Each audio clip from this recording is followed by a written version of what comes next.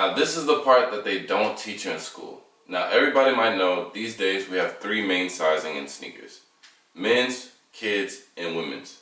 Well, it wasn't always like this. It used to be men's, kids, and unisex. Now you might be wondering, well, first one out the way.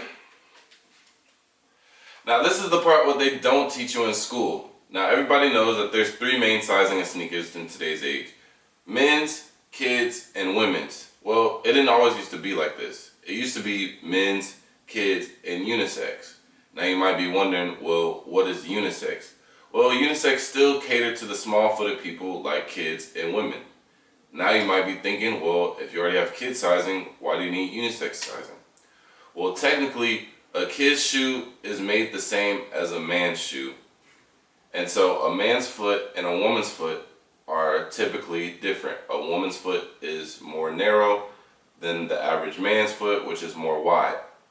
So the unisex didn't have that same fitting as a man. So that's why it favored the women, and that's why they chose the unisex sizing. And this was even good because they even had extended unisex sizing for those taller women with bigger feet. Well, nothing good lasts forever because the women started to complain. They started to realize, well, our colorways are basically the same as the kid sizing. We want something more exclusive, something more tailored to women. So companies heard them and they listened. So eventually they cut the unisex sizing and they began with women sizing. Now, again, everything that's good doesn't last forever. At first it was all good. Women didn't have to battle with kids and small men when standing in line for the new sneakers that are coming out that year. But then they started to realize, why are you guys only giving us pink colorways? Just because we want a women's exclusive doesn't mean that it has to be this girly, outrageous color. You know what I'm saying? They only got three options, basically pink and a splash of green or a splash of blue. And they said, yeah, this isn't what we want. We want something still exclusive, but it doesn't have to be girly and feminine every single time. So the companies listened to try to please the women all over, and so they did. But you know, every release wasn't a hit. You know, trials and tribulations, they took W's, they took L's. But the women started to complain even more. And I know you probably heard this before. Why do the men always get the good releases? See, it used to be like that. So then they started hearing this complaint more and more and more. And by the time this complaint started to come in, this was the era where sneaker reselling and sneaker culture was at an all-time high. So what they started doing, they said, okay, well, everything that we were basically giving the men, let's just give it to the women. What more can they complain about? And they couldn't complain about anything. So now the women, as you can see, are getting the best releases all year, every year. And so now the narrative has changed from when it was women saying, why do men get all the good releases? Now it's changed to, why do the women get all the good releases? So, moral of the story, the reason why we have all these good shoes in women's exclusives is because of women. All jokes aside, it's not necessarily their fault.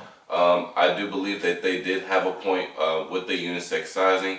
And I also remember the days when women's sizing first came out, and yes, all they did was basically get all pink colorways or a splash of just some feminine colors, basically looking like a Disney Channel show, you know, that's just for women. So I do understand that. I do feel like they do need to revert back a little bit, because there's to be no reason why we have such a good shoe like this only exclusive to women, you know.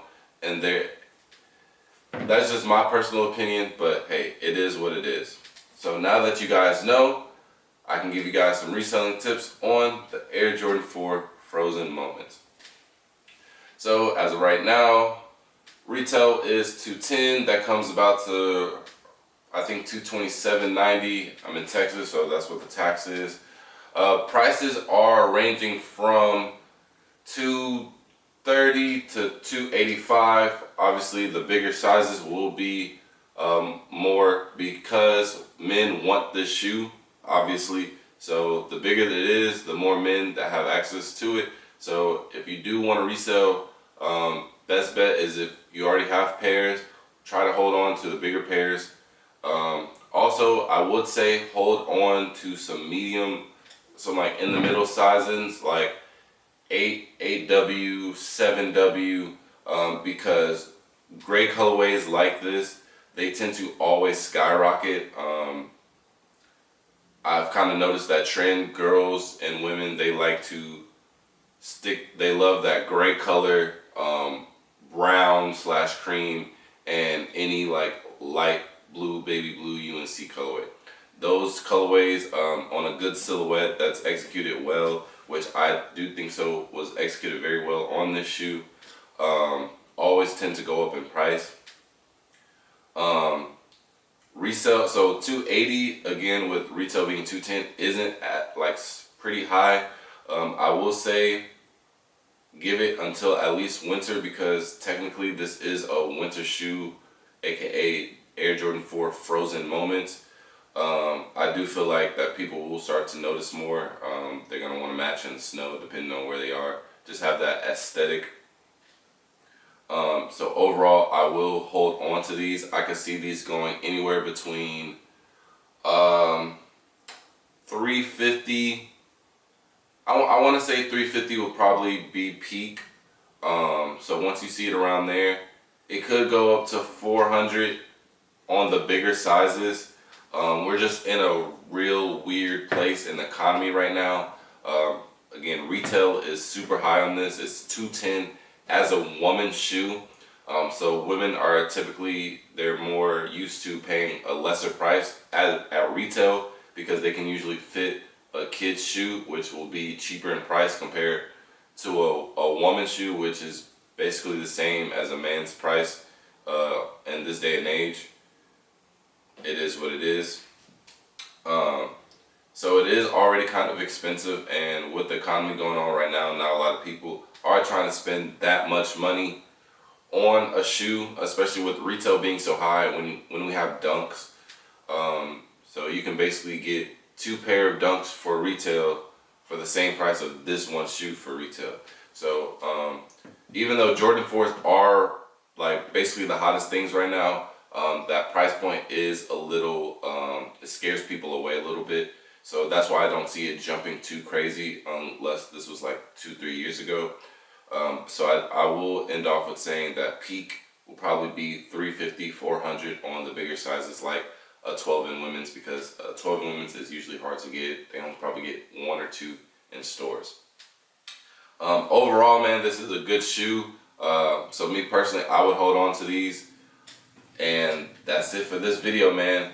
I don't do normal unboxing videos. I feel like I can't spend 10 minutes on just explaining you to the materials of the shoe. I like to put stuff that informs the normal average consumer about stuff that you might not normally know, while including in the unboxing, while trying to give you some resale tips if you are interested in that. So if there was anything that you didn't like or did like in this video, please leave it in the comments. I want my videos to be the best possible for you guys. So your criticism and feedback helps me, helps you. On to the next video. Peace.